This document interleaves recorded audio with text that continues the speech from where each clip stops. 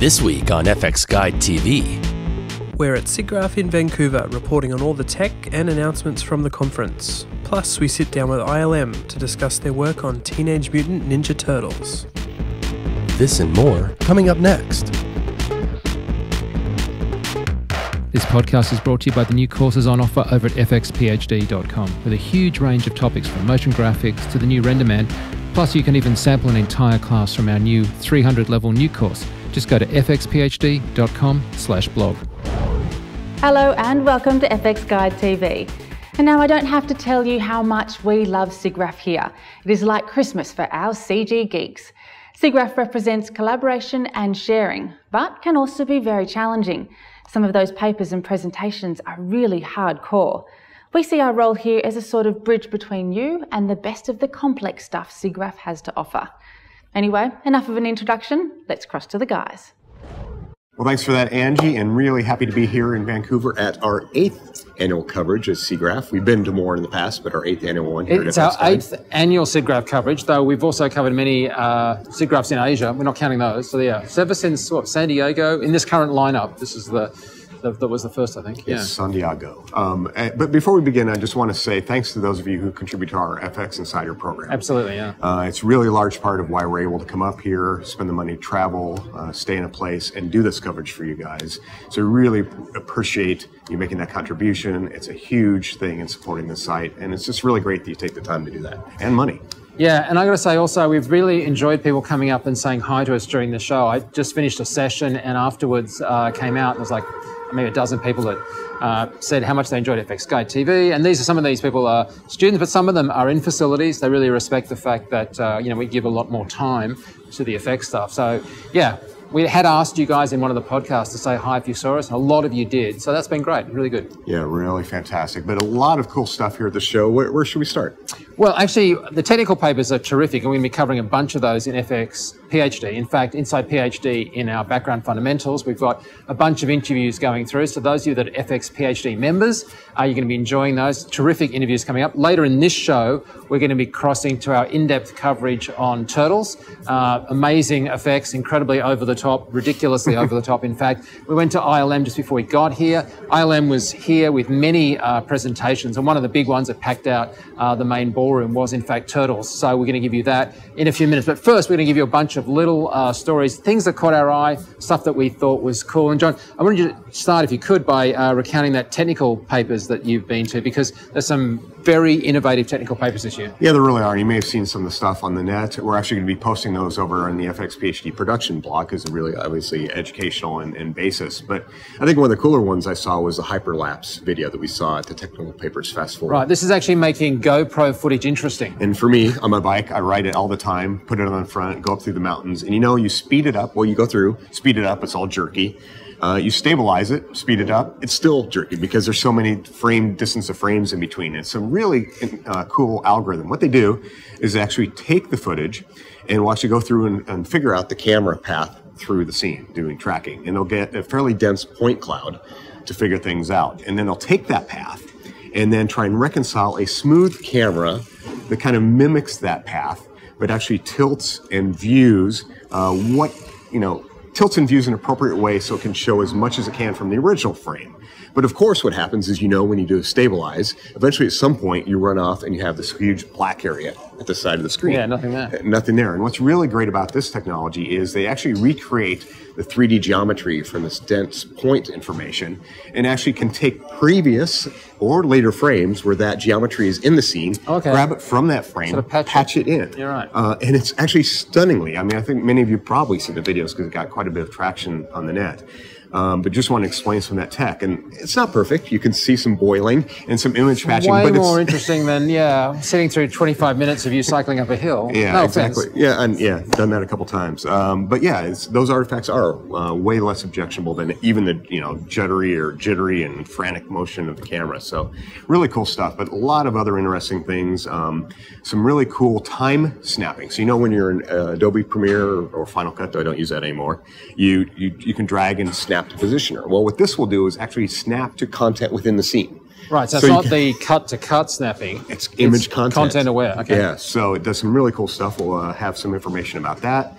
Some really interesting patching algorithms like the content-aware fill in Photoshop, context-aware fill, other algorithms. But what's different about this is it actually takes the image planes and vanishing points into account and actually will distort the footage to make a really good patch, as opposed to just taking random texture, stretching it, and skewing it. It is actually makes an attempt to be true to the perspective in the scene. So lots of that. We'll be posting those articles over the coming weeks, actually, at FX PhD. Yeah, we've already posted a bunch of stuff here, thanks to our very, very, very hardworking Ian Fales, who's been publishing daily reports. We've been putting stuff into that, photos from parties, but also serious stuff, some tech papers that I liked. But I want to cross now to our first interview. This is on the show floor. It's with Otoy, and this is my kind of favorite tech. I even tweeted that it's my favorite tech from the show. It is such a mind-bending thing that I'm going to have to even set this up for you. Just to explain, like, kind of, this is probably an end-game solution for a virtual VR helmet kind of ocular Rift kind of thing. But even without that, it actually works incredibly well. But when looking at it, it looks like we've either canned the demo or it's somehow been pre-rendered and we're just faking it out or whatever. But I can promise you, it's all interactive. It has the illusion that you're rendering in real time, absolutely ray traced photorealistically a street, and that you could look at it from any angle and that you can move anywhere you want. Now, of course, we can't render that fast. Like, no one can render that fast. Even the best preview renderers can't do the kind of levels that we're talking about. And yet this is running on incredibly sort of quick, not very expensive hardware, because it's not a very expensive process at the final stage. And so I'm looking at this and I'm going, John, this breaks a couple of laws of physics. Yeah. Well, it's basically built on light field technology, and light field stuff is some stuff that you might know I love to death. So I went and spoke to the guys at Otoy who have come up with this technology. It's really revolutionary, and I've got to say, a number of people are looking at it. So hopefully you'll be able to piece it together, because I can do as good a job as I can in explaining it when you actually see the footage and hear how they basically came to put these algorithms together. So thanks for joining us, we really appreciate it. I'm pleasure. Incredibly impressed by, I guess I'm calling it the holographic display technology. You're calling it light field. What is it that I'm impressed with? Well, it's both. Light field is a more technical term for holograms, but I think most people are familiar with the holodeck, and that's why in sort of popular culture, when people see something like this, they think of holography. But the idea is that with a single frame of this video, you're able to look around a scene. It's perfect for things like VR, and we're really trying to build the holodeck. I mean, that is the goal of what this technology is designed to provide. This is the first step. So when you get an Orbex holographic video stream, you are able to fully navigate through an environment. It looks completely real, and it decodes on any device, including a mobile phone. A 2D image is a pre-rendered snapshot of a point in space. So what we're doing is we're extending that into a volume, and within that cube, you can walk around, and it is like a living photograph. That experience is what this delivers, and we do actually solve those two problems. We can also render the scene in real time without baking it into a hologram, but that is more expensive. It requires a lot of graphics cards, and there is some noise. So this gets rid of that, turns it into a volume that is largely static, but it can also have motion. We can relight it. There's certain things you can still do with it, and then you have the full, it's even faster than rendering a video game or rasterization based application using OpenGL or DirectX. It's super fast. So it decodes at about 1,000 frames a second, which is perfect for VR, where you want to have very low latency and very fast refresh. That was 1,000 frames a second, you just said. Yeah, it's a millisecond. So we're working with a technology called DMM, which is basically molecular matter in compute, and we're adding that into the whole Octane pipeline. So that means that you can assign physical properties, acoustic properties to objects, in addition to lighting and reflection properties. And when we render a light field or a hologram, that is encoded in there. So you actually will have an acoustic hologram. As you move through a light field, it can also be an audio field. And it can also include, I mean, we're talking about motion blur. Really the most interesting kind of vectors and motion we'd store in that frame would be from a physics simulation that would handle a lot of things, not just where objects are moving, but if a piece of metal is being bent, it'll have a different color, different refraction rate. So all of that is something that's being incorporated towards really building a virtual reality, content creation pipeline, and physics is a big part of that, and DMM is another big partner of ours. DMM is the tech behind the destruction pipeline of stuff from like X-Men and Godzilla. Yeah, it's really incredible awesome technology. So getting that incorporated is terrific. Okay, so you got to tell me, why did they have it hidden? Because you told me to go over there, and Ian and I couldn't find it. We were mesmerized by the portable light stage. Yeah, this portable light stage, this rack of monitors, and then down on this coffee table, you'd think it would be like where people were checking their email, is this technology that honestly a whole lot of us, I'm not the only one, thought, oh my God, this is a really revolutionary way to break through. And not only that, just to be really clear about it, while we were moving around a still frame, this could be an animation. You could have the bat car drive up and screech to a halt, and I'd be able to be moving around in it, because all it's doing is updating each light field per frame, and that would have been pre-rendered effectively, though it's not a render. Anyway, very cool tech. Very interesting. Well, some other big news around the time frame of SIGGRAPH, and of course we're big fans of side effects and Houdini software, and they announced new Houdini Indie version, $199. Really fantastic product, making it affordable for people to use on indie jobs. You can also get the Houdini Engine Indie version for $99, which allows you to actually load in Houdini Engine assets in Maya and other applications, I imagine. There is one sort of small gotcha, which is if you were creating assets in this indie version, you could totally do anything you want with them, but you can't actually take those assets and use them in the production version of Houdini. As you'll hear in the interview, however, they do have a solution for that, and they're happy to do that, and there's an upgrade path, but I guess we'll just let them explain all that. We just went down to the booth just a little earlier today. Yes, we announced a new product called Houdini Indie, which is a version of our software designed for limited commercial use. For many years we've had the Houdini Apprentice, which was a non-commercial version of Houdini for learning students, putting demo reels together. But we just keep meeting people that want to go the next step. They want to incubate a business or work on a small project or do independent game development, and they're just not ready to get into our commercial software yet. So Houdini Indie is offering that stepping stone for them as they grow their business and find success. So let's say I was an independent games producer and I developed some assets and stuff. Can I then take that into a full Houdini pipeline? What's the difference? Well, it uses a different file format while you're doing your independent work. But just like we did with Apprentice, anyone who purchases a commercial license, we can do a sort of one-time conversion of all the files into a proper commercial format. So once they make that conversion, we'll help them get there with any assets or scenes that they need. So how does that conversion work? Do you sort of mint the files, or They send the files to us and we send them back all cleaned up and ready to go. Okay, so what's the price on the Indie package? It's $199 annually, and there's a second version of it called Houdini Engine Indie, and it has two roles. Houdini Engine is a part of Houdini that allows you to run Houdini digital assets inside other applications such as Maya, Unity, and we've got other ones coming like Unreal, Cinema 4D, and 3D Studio Max. So your Houdini Indie license can actually run inside those other apps. But if you want to set up a second computer with another artist who doesn't need full Houdini, they can use this $99 Engine Indie license to run on the second computer. So I guess the main version is functionally the same. I mean, it's got Mantra, it's got everything else? It's got everything that Houdini does, except for the render limitation is at around 2K. Right. The other thing, of course, is that we have a website called orbolt.com where the Houdini community can build assets to share with these new people getting started. So those assets, traditionally they would load them up and they could only be used in Houdini, but now those assets have a much wider audience because through the engine, my artist might use an asset or somebody in Unity and so on and so forth. So. But you said there was a different file format. Does that get solved at the... Well, the way we do it is if you're in Indie, you can open a commercial file, but when you go to save it out, it gets tainted. So you can't use it as a pipeline tool to feed a commercial pipeline. Right. Well, thanks for talking to us. Appreciate it. Okay, great. A company that I kind of associate with all of this new rendering tech are the guys that are doing stuff with Clarice. It's really...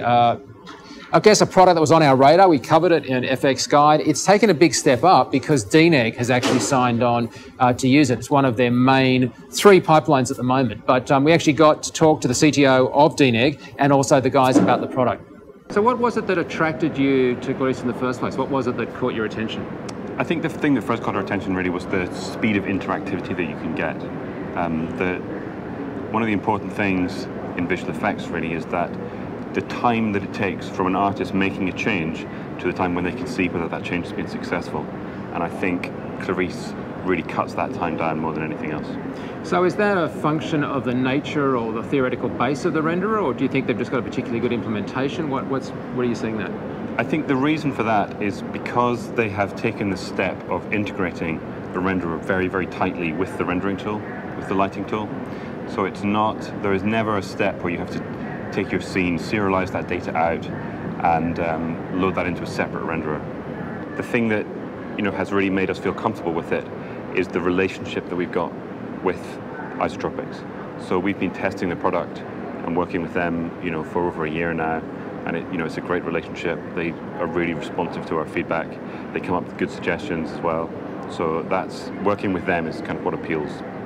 There seem to be some really incredibly well implemented aspects of their renderer. For example, the instancing seems to be just superb. Are there things that really like at that level that you enjoy? Definitely, yeah. I mean, the instancing is a good point, really, because it's something that lets you create huge amounts of complexity in a very simple and artist-friendly workflow. So, what have you incorporated in? Is it being used in production? If so, what? Yeah, so we've used it on a couple of shows. We used it in a small way on Godzilla, mostly for environments, rendering forests, things like that. And then we're using it in a larger scale on Ridley Scott's Exodus, which we're working on at the moment. There's lots of stuff in there. The volume rendering, there's some really clever little pipeline things like smart groups, which let you define a rule to group a selection of assets from your scene together, things like that. And so I think it's Open Color I/O, isn't it? Is that the rest of your pipeline? Yes, so the Open Color I/O was something that we asked them to put in, and they responded very quickly. It's something that we need, good color management in our pipeline. So yeah, it's great that they added it so quickly. Sam, congratulations. It seems like the product's really finding a market, in particular your collaboration with DNEG.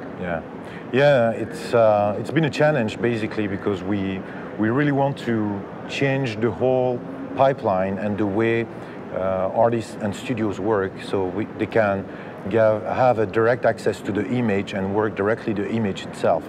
And as you know, pipelines usually are very segmented and they use multiple renderers and multiple applications. And the challenge of Clarice is integrate all of that into a single application. Yeah, it seems like you stand to benefit a lot from having the kind of flames of production put to the product, but that means you have to be working really closely with someone like DNEG. It seems to be that there's a good relationship there. Yeah, exactly. We've been working with DNEG since November 2012, and since we had, with the R&D and artists there, we have a very close relationship, and we improve the software based on production data. We listen to their issues and trying to find solution for them, but we want always, when we implement a new solution, we want to be innovative solution, and we joke that with other studios, it's the Clarice way. If you think about it, right now, you have Alembic support, and most of applications support Alembic, and it's industry standard now. It's the same of OpenVDB as well. It's the industry standard of volumetrics. There is as well the Sony's format as well, but OpenVDB is picking up the pace rapidly. And of course, Open Color I/O, which is a must-have for software to fit in a production pipeline, VFX production pipeline. So the volumetrics and the OpenVDB, which I agree is really interesting, that's an important point in version 2, isn't it? Yeah, it's extremely important. We basically worked volumetrics for a year and a half, and before we were satisfied with something. And in Clarice, there is something that is extremely important, is there is no exception. When you have a feature, in fact, it has to be integrated into the software itself. So unlike any other software, when you add volumes, it's a different, subtle but different workflow. In Clarice, it's exactly the same as having any kind of geometry like a polymesh or a sphere, or even, as I said, a volumetric. Brilliant. Well, look, thanks so much for taking time to talk to us. Thanks a lot. Well, switching gears a bit, one thing I've always thought with 3D apps is there's this common vocabulary. I've always wished that someone would kind of come up with a new paradigm. Well, this would be the place to launch such a thing. It is, exactly. We came up, met up with a couple guys from France who've come up with a really cool product, Nukagara, which is a new animation platform. It's still in the early stages of development. They hopefully actually hope to have it shipping this year. year. But I've got to say, we were tipped off by this by somebody in FX PhD, and the whole of that interview is coming up in Background Fundamentals by request. But to get a little bit of information about this, we caught up with him, and let's cross to that interview now. So the product seems to be coming from a 2D traditional animation background, which I thought was really terrific. Is that sort of the essence of where the company's coming from? Because you guys are actually from games, right? Yeah, in fact, I'm coming from Gobelin. So I'm initially an animator, traditional animator, and I went to 3D by video games. So I worked as lead animator during 12 years, and I suffered a lot putting me in 3D because I did not decided to be an animator to become a technician, to make scripts, to manipulate curves and to work on a viewport like this. So I imagine a new kind of workflow, an embryo, and we tested during 10 years on production, and it worked a lot. So Akitsu is from this experience of new workflow. I got to ask you, is Akitsu Japanese for dragonfly? What's the deal with the logo? I mean, well, Akitsu is old Japanese term for dragonfly, and dragonfly is the fastest insect in the world. It's reactive, it's light, and it's beautiful. So it's perfect. It's the company's French. But the company is French. I love Japanese culture. So for me, it's kind of homage to this brilliant animation culture. So is there any limit on the complexity of the model that you can import? No, not really. Actually, we can import 550,000 polygon, and it doesn't make the frame rate under 50. So in terms of the user interface, you seem to have done quite a lot of work with the curve editor as well. I mean, it seems like a really clean user interface. Do you want to discuss that? Yeah, I wanted to. Initially, I don't like a curve editor. To be honest, I don't use really much, but I wanted to have a curve editor into Akitsu, but a good one, really well integrated. So we think about completely reworked the look, the display of a curve editor to put it inside the viewport. So you don't have to support a curve editor here that break your display or force you to have a second screen, because Akitsu was designed to be really optimal for one screen. So with this integration of curve display, you can only have one screen, and it works great. Because the target market that you're going for is really, it seems like kind of independent or smaller studios. I mean, it's a really good community of people, but that's primarily the market you're aimed at? Yeah, because today, problem with the current solution is that they are all aiming like high-end studios? Yes, it's very complexive. It's very high in terms of price, and for all the little studios, there is nothing. So I wanted to offer a solution for them, easy to grab, easy to learn, and really efficient. And Akitsu is completely for them. So what's the next thing that you're looking to tackle with the program? Because it seems to be fairly stable right now. What's the sort of next thing on the agenda? Finish integrate features. Today we still develop some feature. Rigging part is not finished. We'll have to finish the curve editor too. There's not a lot of work, but we have to stabilize it. Well, we look forward to seeing it when it's released in October, hopefully. And thanks so much for taking time to talk to us. Really appreciate it. Thank you, mate. I was having lunch with Lucy Cooper from Foundry earlier today, a late lunch, I guess you could say, and kind of asked her about cool stuff. And they've been working really closely, helping out on this new product, actually from Dolby, or at least with the footage to display on it. This new high dynamic range monitor. And she said, you really got to check it out. I actually did check it out instead of having lunch, and this is it then from the show floor. So I'm down here where there's a Dolby Vision new form of monitor. Now behind me on this, your left-hand side is a traditional monitor. On the right side is the new Dolby Vision monitor. This is a prototype, but this is going to be a reference monitor. The big difference is the dynamic range that's coming out of this other monitor. Of course, you can't see it here on the video, but they're getting much, much higher dynamic range on the right here. The way they're doing it is fairly complicated and yet fairly simple. They're actually driving the monitor with a 12-bit signal, so they're giving an extended range signal to the monitor, and then inside the monitor they're not activating the backlight on the blacks, so the blacks are much darker, which means they can push the highlights higher. So basically you increase the dynamic range, because without that you would either have to adjust for one or the other. You wouldn't be able to get dark blacks and bright brights at the same time. But by individually driving the monitor across it, you actually get this incredible extended dynamic range, which means the monitor is not only looks brighter, but just looks punchier without actually crushing the blacks or flattening out the whites. Again, you're not going to see that because we're obviously not got that dynamic range on this video. What's happening is this has been developed by Dolby Vision, and they're going to coordinate that with the various grading companies, so it'll be possible to master out, say, a film and actually encode metadata into the stream that goes with the film, such that if you were to then get the consumer version of this at home, that metadata would flag the fact that you're on a high dynamic range monitor and allow you at home to watch that footage back with that extended dynamic range. It's a clever system, and here down on the show floor at NVIDIA, not only has NVIDIA been showing it, but the guys from the Foundry have been coming over and showing Nuke driving the system. It's actually pretty impressive, but unfortunately you kind of have to be here. Luckily for you guys though, these are going to be released very soon. There's a much larger version. This one's currently running at 2,000 nits. There's going to be a larger version that actually runs at 4,000 nits, which is incredible. It's actually producing a lot more than you can possibly kind of appreciate. That being said, of course, you're not going to have that at home, so it is possible to watch the same encoded footage with a normal television. It's simply not going to have that extra sort of dimension, if you like. To do that, they effectively encode two signals. You get a base signal that a normal television would watch, and this extra information that means if you were to have the high dynamic range monitor, you'd see the full range. So the full range high dynamic monitor can watch everything, the normal monitor can watch everything, but you get the benefit if you have it. Be interesting to see if it takes off in the marketplace. If it does, obviously we'll have a whole new latitude to what we're able to come out with in terms of what we can produce being able to be seen by the audience.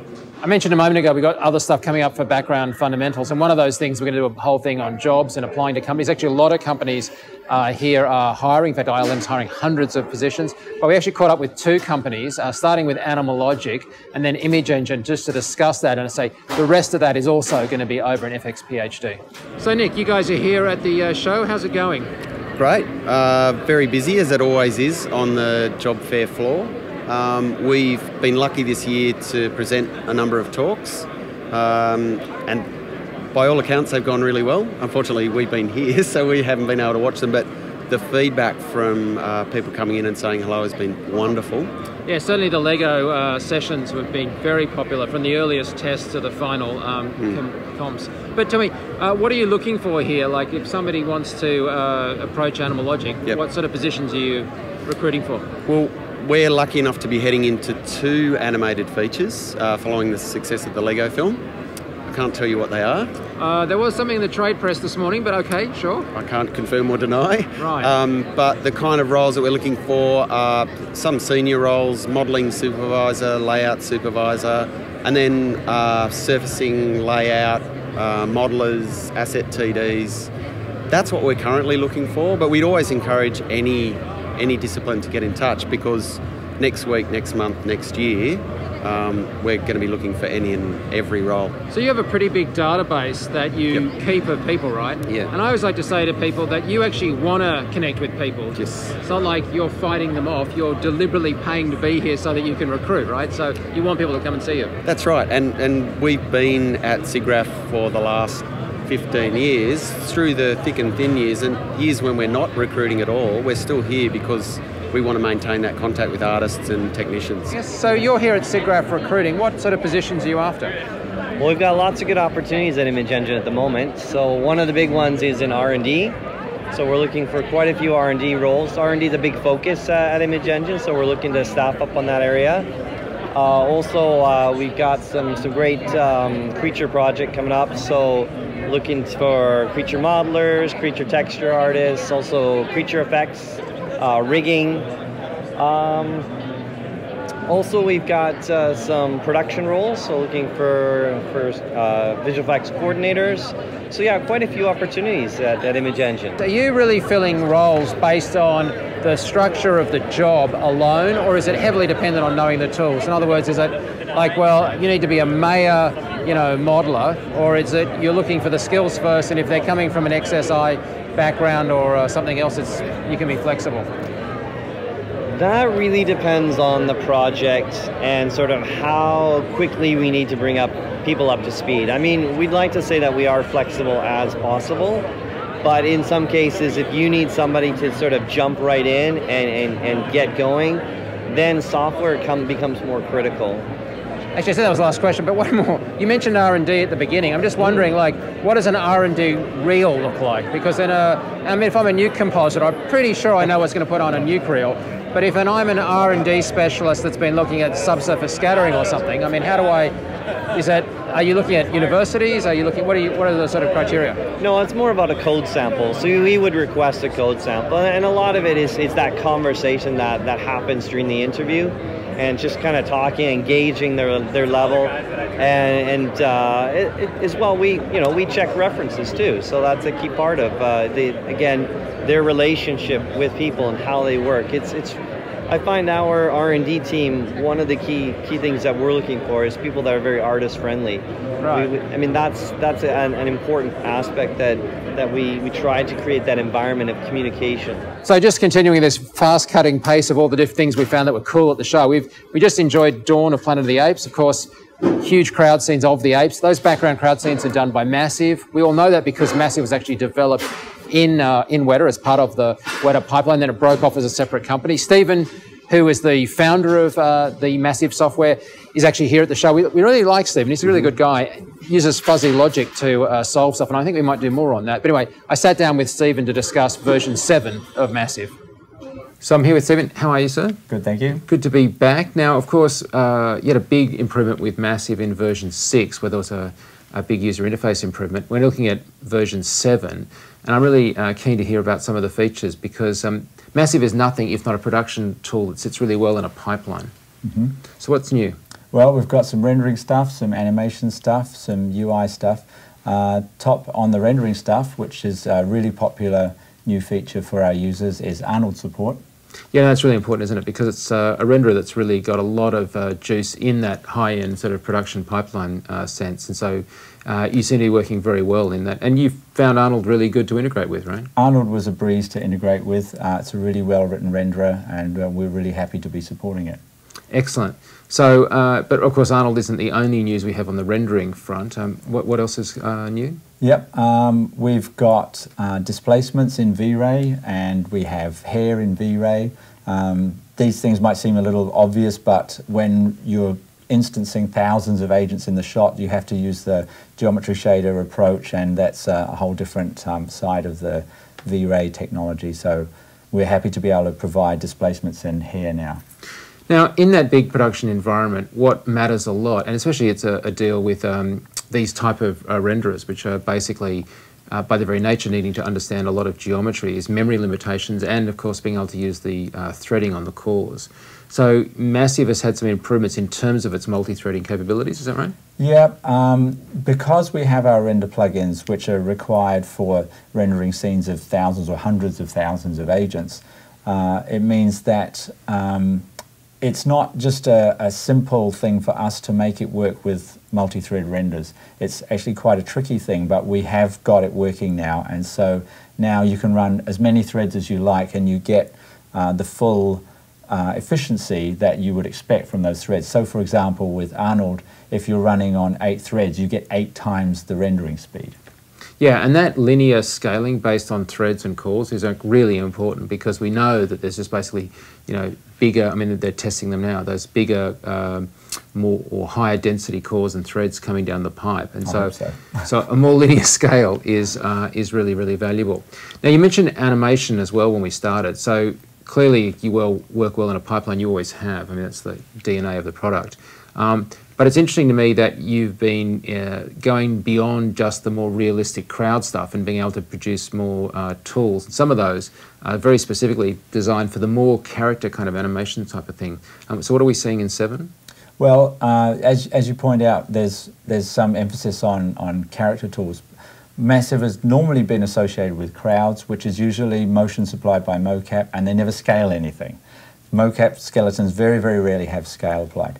But if you're doing character animation, then you definitely need to support scaling. And we've got lots of customers using Massive for character animation. It's obviously been used on things like Happy Feet, where it's feature animation, but mostly crowds, but we are seeing people use it for actual character animation, and that's where you really need the scale DOFs to be supported. Yeah, because it's just simply not a rig that's run by motion capture. It's right. Essentially a keyframe animation, and there's nothing that an animator likes more than squash and stretch. Exactly. Okay, and in addition to just having that at a kind of a functional level, you've got some improvements in terms of the IK stuff. Yeah, our IK solver was designed to be very natural in its solve, because you don't want to have to get in and tweak the elbows and knees of thousands of characters. So you just want the default solve to always be repeatable and natural, very efficient, and our solver's always done really well at that. But what it hasn't been able to give us is when you're animating, you've got the option to make sure you don't have popping knees and elbows. But a little bit of hyperextension, which can easily happen with terrain adaptation or an agent twisting, that can induce popping. And finally, after years of trying to solve this one, I've come up with a really good solution that just seems to work like magic, and that is the new IK damp feature. So if I'd had that before, would I have to elevate that character out of crowd into sort of hand animated realm? I mean, I have to take it out of Massive to solve that? I mean, how would I get around that? It's quite a big improvement, isn't it? It is a big improvement. There are ways around it. If you didn't have the IK damp, you would hopefully not see it, because it's usually behind something else. So it's actually quite rare that it's a problem. But if it was a problem, normally the supervisor would point at that guy and he would just be taken out of the shot, or you would take him out to mocap edit, and they would fix his knee or whatever and put him back in. Well, John, we could keep going forever, but I've said a bunch of stuff we've filmed here is for FX PhD. Of course it is, but don't worry, we have more on FX Guide TV. In fact, we've done some really amazing stuff on rendering. Sat down with Marcus, who's, of course, the author, or the founder, I guess, of Solid Angle that makes Arnold. Now it's quite a big company, lots of researchers. So that's coming up. We've got loads of stuff that's also going on the website, as you said. But just before we go, I just want to have a bit of a quick bit from a thing we did with the guys at Next Limit over Maxwell, which I think is a terrific renderer. And yeah, I just want to give those guys a shout out. They've done some really amazing work. We are working in 3.1, which is an extension of Maxwell 3 with more things that were not totally ready at that time, like OpenDVD support or UDIM textures, things that were taken out from the 3.0 version. That will be released in a couple of months, but we are already showing it here. And we also are showing a prototype of Maxwell, a preview engine of Maxwell running on CUDA, on the GPU. That was one of the surprises we had for this show. I wanted to talk to you about that because it seems like there's a really interesting trend in looking at whether there are ways of having like a preview renderer, but that making sure, as you've done, that what I do in the preview renderer is relevant when I move to the offline renderer. Yeah. As I mentioned it in my talks in the technical sessions, using unbiased algorithms and a physically based approach allows to combine algorithms and use different algorithms for previewing and another one for the offline render, and having guarantees that they will converge to the same thing. That's an approach that was impossible a few years ago, but now that makes it possible to have an interactive renderer which is focused on giving you a lot of information in the first seconds, and then use an offline renderer that maybe prioritizes other parts of the light transport for solving the final image, maybe taking more time, but the final look it's better. But combining both and knowing that both will look exactly the same, it's a critical step that has to be given in order to use different renderers, one for previewing and another one for the final shot. Okay, so I guess you could say that's our hyperlapse tour of SIGGRAPH this year. But as you mentioned in the opening, Mike and Ian headed up to San Francisco, or stopped at San Francisco on the way to catch up with the team at ILM, because of course, Turtles came out screaming in the open day box office, and these guys caught up to find out about that film, starting with Pablo Helmet. So you've been a little busy for a couple of months, I understand, maybe a couple of years. Yeah, it's been a couple of years. When I started this project, my hair was brown. So I wanted to talk to you, if I can, well, actually starting really with on set. Now, obviously you do pre-production work, but I was just really interested in your approach to the motion capture. Is this technology, I mean, you guys have done a lot of work since, well, Pirates. Is this technology an evolution to that, or have you sort of gone in a different direction? No, I think it's an evolution from Pirates, from Star Wars, you know, the first episode 1, 2, and 3. I think what it is that you take the natural lines that take you from technology into the artistry. And I think the idea for Turtles was that it was a great opportunity for us to have 4 performers on set and to develop a technology that will allow us to give the director a chance to direct actors on set, capture those performances, retarget those performances onto a creature, into an asset, into a digital asset, and then bring in an animator to reinterpret that performance and bring all the artistry into the performance.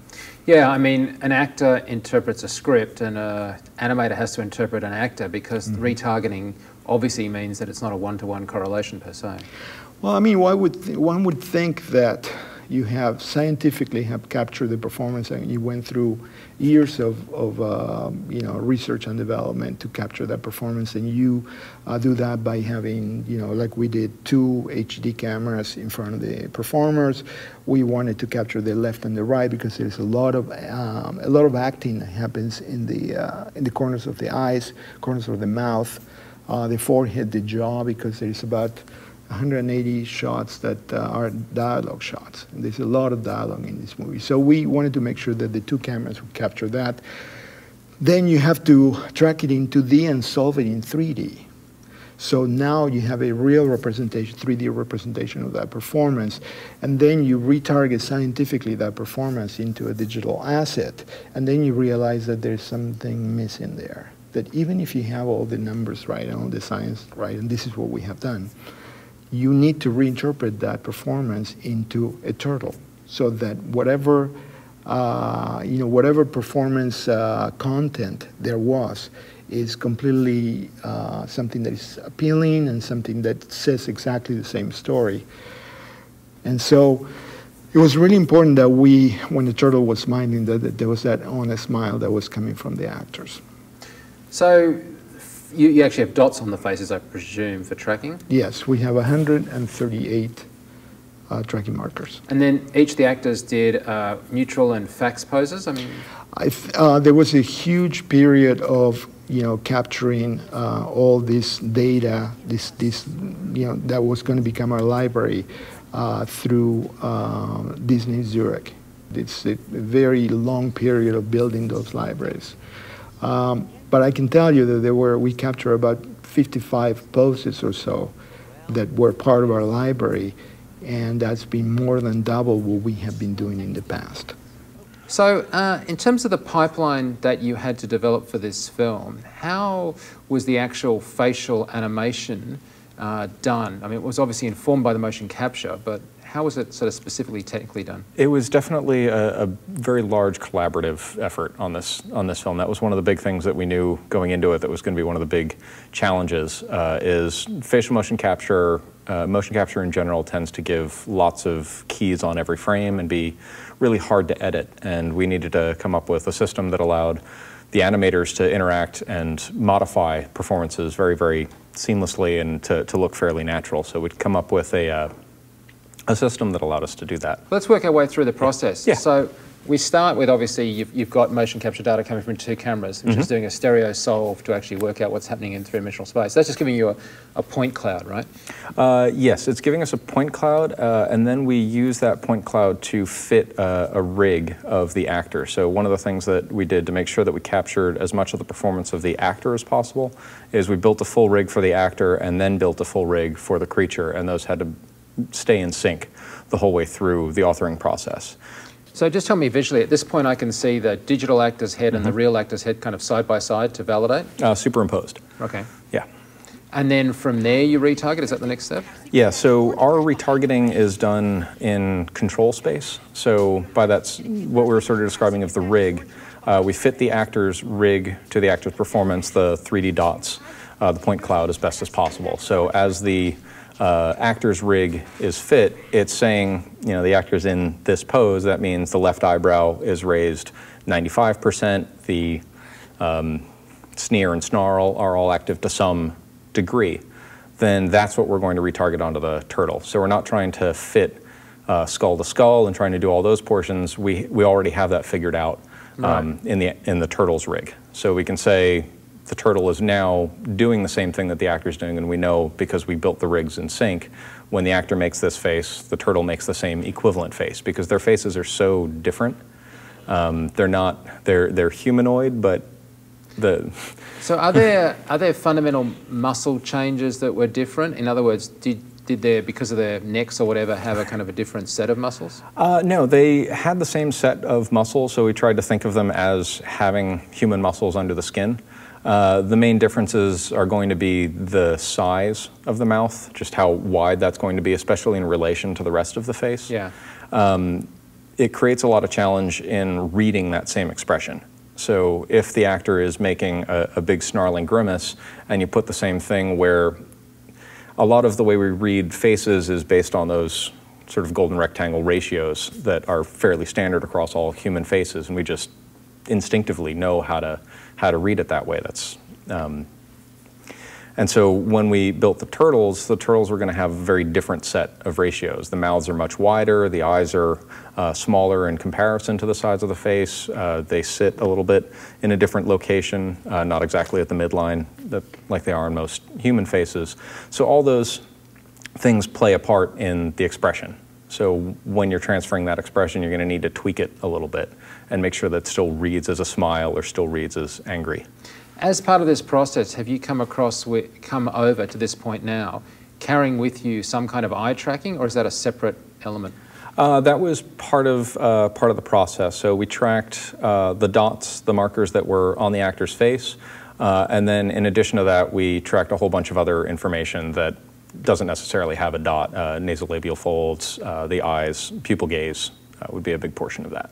Right, and so how is those 45, whatever sensible number of takes reduced to the one that I'm seeing? Who's doing that editing process to get those down to the correct one that we want to use?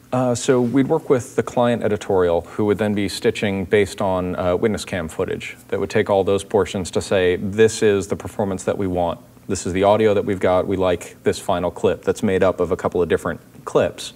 We'd take that and track on each one individually and turn those into a captured performance that would be a single continuous one, but it would have some pops in between, because sometimes going from performance 1 to performance 2, he's just snapping on a single frame, and that's not going to work. And because we have it on a very easily editable rig, we're able to then hand that over to animation, who can then blend those really quickly and really seamlessly to make it look like a single authored performance. Yeah, the other thing, of course, is that the environment upon which you're doing the motion capture may not be anywhere near the lighting that the character ends up with, and facial expressions are so influenced by the direction of light. Yes. Yeah, and for that type of influence, the body motion capture and the facial motion capture and how all of that went to animation all had to come together at the end. Like, that was one of the best things and most exciting things for me about this picture, was how collaborative that was, with working with Jonathan all the way down the pipeline, working with Tim, working with Pablo, as we're trying to put all of this together and find what the best performance is for that shot. So much is dependent on timing, on these little aspects, and then even as you're bringing up lighting, it all plays such a key role where the slightest change can influence if it's an honest smile or if it's a horribly frightening smile. At some point, though, you haven't, no doubt, thrown your motion capture actors off buildings or down ski slopes. So there has to be a physical sims in here as well. When does that get applied to the character's face? I mean, if they're literally upside down, where does that get kind of... Some portion of it, since it's such a data-driven approach, since we have the helmets on during those performances and the actors were wearing the helmets, delivering dialogue in the back of a truck on a gimbal bouncing up and down. So a lot of that dynamic motion is actually built into their performance. Okay, but imagine there's an example like being thrown off a building. Right. You haven't got it. So where we don't, we do have a sim process, and at the very, very end, that's where we'd very fit end? that in. Right. Yeah. So what was the final rendering pipe for this? Like once you got the characters done, what was it rendered in? It was RenderMan, and we there were all kinds of very difficult decisions that we had to make because of the amount of data that we were rendering and because of all the different steps. So first it was the animation that was okay, then it would move on to render, but then we didn't do a high-res render because there were too many of them. And so then we did a low-res render, then a high-res render, then the sim came about. Not only was it flesh sim, but also the cloth, sims and all this other stuff. We didn't have hair, although we didn't have hair in the masks. There was this little hair that was rendered right there. That was difficult. There were some water shots too, that the hair needed to be wet and the skin needed to be wet. Pretty challenging show, I would say. Yeah. The lighting solutions came then from set pretty much, or you were, because I mean, I imagine like again on the snow sequence, you'd have had a pretty vast dynamic range if you were shooting in the snow. You'd be like, right. Sort of almost impossible to shoot. Yeah, no, we were shooting. I mean, when we were on the set, we were on location. We chose this up north in New York. There's this open slide, snow slide that was open. There's just nobody there, so we actually I was there for about 2 weeks. So I shot going up and down the slope. I don't know. We did an array of 12 cameras, so we had a 360. Oh, really? Right there. Yeah, which was a lot of fun. Now, what sort of cameras were they? Were they like... Just the RS. Right. Just the regular... We wanted, that kind of, resolution, the same resolution as the movie. I also did some helicopter work there, just capturing everything that I needed to. Because you have a second unit director credit on the film as well. Yeah, so I did that. And that was really great. We were open like in F-22 or something. I mean, it was like, really, really wide lenses. And then, but then, it's kind of funny because I thought, this was going to be really difficult. And it was, but it's just one light source, right? So lots of bounce. Lots of bounce, yes, that's right. But then you also want to make sure that the bounce is correct, that it's not just white bounce, that there's all kinds of things that are, and you usually are, backlit or side lit. Although I did find that because of the director's, Jonathan's way of shooting and Michael Bay, which is, always having the camera going around and around and around. Yeah, I really noticed that, the fluidity of the camera. It was a challenge in terms of lighting because, usually in other shows, we also cheat all the time. Okay, so you're a side light on one shot and then you go to the reverse and you're backlit. But, it's like kind of like, it doesn't really make sense. We couldn't do that over here. Sometimes you're backlit and sometimes you're going to end up frontlit. And I actually kind of like that, because it gives you, especially on the skin, it gives you a completely different set of aesthetic that you develop, Yeah, you mentioned the anamorphic in terms of left to right, but I was also aware that the turtles are quite tall, And I wondered if that was, I mean, was it just a heroic thing? Was there anything to do with framing and stuff? Because it felt like some of those shots had some interesting dynamics because of their height. Well, when we're framing the turtles, the 4 turtles, there is no problem because more or less they are all the same size. But when you're getting Megan Fox in it, she's like 5'5" or something like that. So then you end up with having to readjust, which is actually a good thing because. Well, yeah, I know. Except I was thinking when I was watching, I thought there was really nice framing on the kind of fun lift shot when they're going up. I mean, it was a really nice foreshot of the. Right. And also, unlike some other sequences, for good story points, the camera wasn't moving very much, right? So we got to like kind of look at them. Yeah. And I thought that there was an up aesthetic in that kind of worked, but. I think you use all that stuff. If you have people that are really tall, I mean, just out of experience, and then some other people that are really short, and you put them all in one frame, the only thing you're emphasizing is the differences between their heights, right? So that's a good thing, kind of a thing, because if you have to tilt down to get the the shorter actor, and the other one gets off frame. That's actually a good thing because you're saying, well, you can't get them both, so you either have to make a decision, a choice of, going lower and then looking up, go wider. The wider you go, the more epic, kind of you. It's a very interesting, premise to sit down and contribute, aesthetically to the movie, and then you end up in the, like you were saying, in the lift, in the elevator scene where. Throughout the whole movie, 3/4 of the movie, you have been going with, 15mm anamorphic lenses, and you're just going around and under and all kinds of things, and all of a sudden, boom, camera stops. And there's the 4 guys right there. Camera is not doing anything. It's just witnessing whatever is happening in front of it. That's kind of like a stopper for the whole show. That's why I think that scene is so memorable aesthetically. Must have been fun for the animators to do as well. It was fun. You mean doing it without laughing? That's what you mean. It's really nice to inject a little bit of humor on your day. It's kind of character studies, though, aren't they? Really? It's great because you can actually see what makes something work.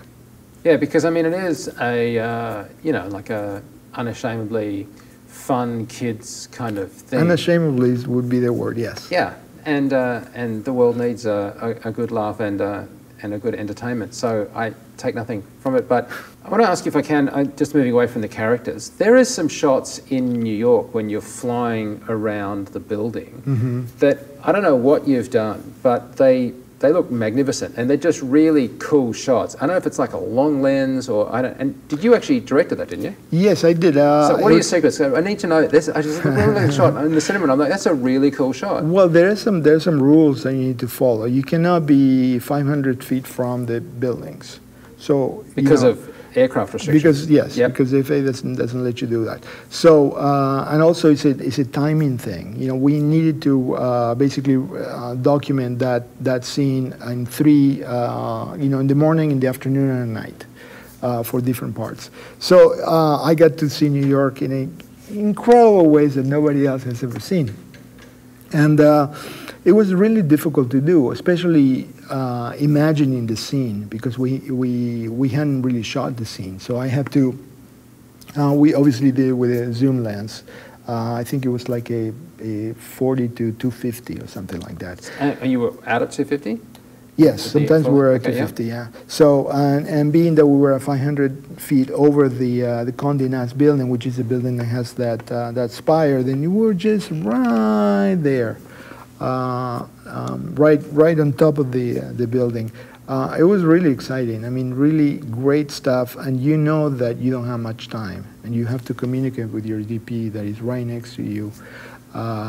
Very accelerating, very nice. Yeah, it was really I mean, it's kind of funny because now you think, helicopter work is all, you're going to have to stabilize it. Not anymore. It's really, really great stuff. But it does produce a very cool dynamic as you're kind of going around the Condé Nast building, and you've got this long lens, you've got the characters. It's kind of a very good shot for us to understand the geography of the action at that point. Right. But it also sets up a good beat for what's about to happen. I think that the key to the whole thing is getting the DP and the pilot the right combination, because they're great. I mean, when you're orbiting around a building in New York, and you're basically combining, pen and tilt with, translations, and very complicated translations, by the way, and me screaming there, no, get this or get this other thing. Because you're directing, but also the pilot is effectively the sort of the camera operator in a sense. Yes. And then you've got the DP kind of framing it and lighting it. It's a combination of things. It's not left or right or front and back. It's north or south or west, which I'm terrible with because I'm from Argentina. In Argentina, there's left and right, and that's about it. But no, I don't know anything. Very cool shots, Pablo. So thank you so much for talking about them. We really appreciate it. Thank you. Well, I'm always really jealous when you go up to ILM without me. It's kind of cool. You go, hey, what are you doing? I'm going up to ILM to shoot on their soundstage. Of course, for you guys. But there's a lot more in the interviews that Mike did up there, and so as a bonus for our FX Insider members that we mentioned earlier, right at the start, we'll have that coming out in articles in the coming days or weeks. So look for those if you're an FX Insider member.